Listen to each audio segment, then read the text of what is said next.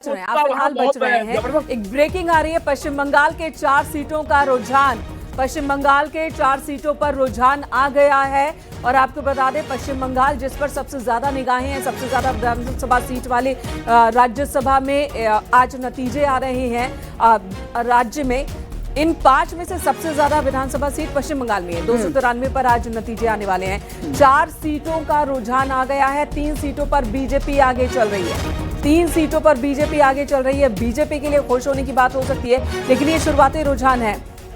विमल सिंह जी, 5 में से 4 पर बीजेपी, शुरुआती रुझान में पश्चिम बंगाल। तरीके से दिल्ली एनसीआर के मौसम में परिवर्तन हुआ है, उसी तरीके से जो है पश्चिम बंगाल में जो है राजनीतिक परिवर्तन होने जा रहा है।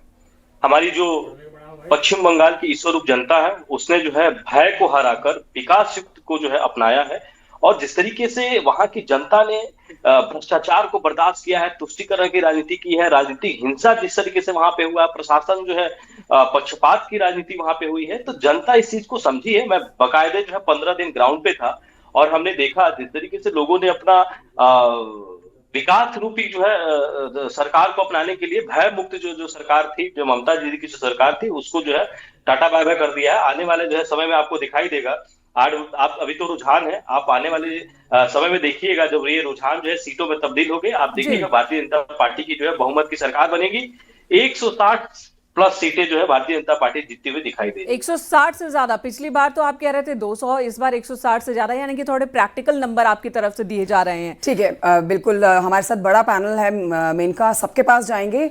अब जल्दी से एक रिएक्शन यहाँ पर डॉक्टर रत्ना पांडे से ले लेते हैं, प्रवक्ता कांग्रेस है, उनसे एक रिएक्शन लेना बनता है। देखिए, अगर पश्चिम बंगाल की बात करें यहाँ पर डॉक्टर रत्ना पांडे, तो जमीन आपको अभी अपनी मजबूत करनी पड़ेगी।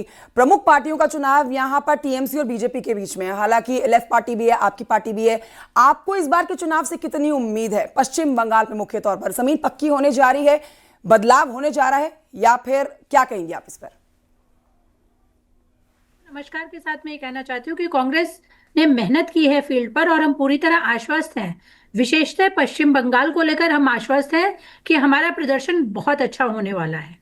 और बात बीजेपी और टीएमसी की करते हैं, तो जैसा मेरे नेता राहुल जी कहते रहे हैं कि टीएमसी ने सिर्फ भय दिया है। महिला सुरक्षा का माहौल बंगाल में सबसे ज्यादा है और इसलिए ही उनको एंटी इनकम्बेंसी का सामना जरूर ही करना पड़ेगा। और रही बात बीजेपी की, तो बीजेपी का हिंदुत्व तो वहां इतना चलने वाला नहीं है। बंगाल अपनी बंगाली इनकम्बेंसी किसके फेवर में गई है रत्ना जी?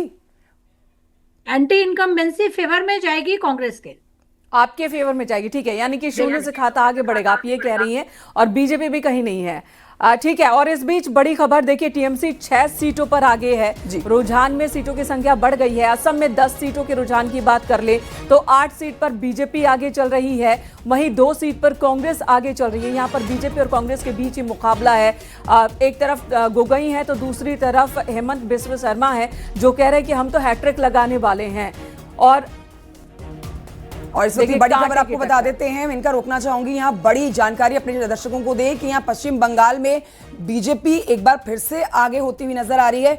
असम में भी आप देखेंगे 2 सीटों पर कांग्रेस आगे है। पश्चिम बंगाल में लेकिन 12 सीटों के रुझान आए हैं जहां बीजेपी आगे चल रही है। अब ये 18 हो गया। 18 बिल्कुल तेजी के साथ देखिए रुझान आ रहे हैं, क्योंकि अब समय भी आगे बढ़ता जा रहा है। 8:05 होने वाले हैं। 10 पर आगे। बिल्कुल, अब ये रुझान है, हालांकि बहुत अभी इस समय कहना मुश्किल है और कहना जल्दबाजी ही होगा। 12 बजे तक का इंतजार।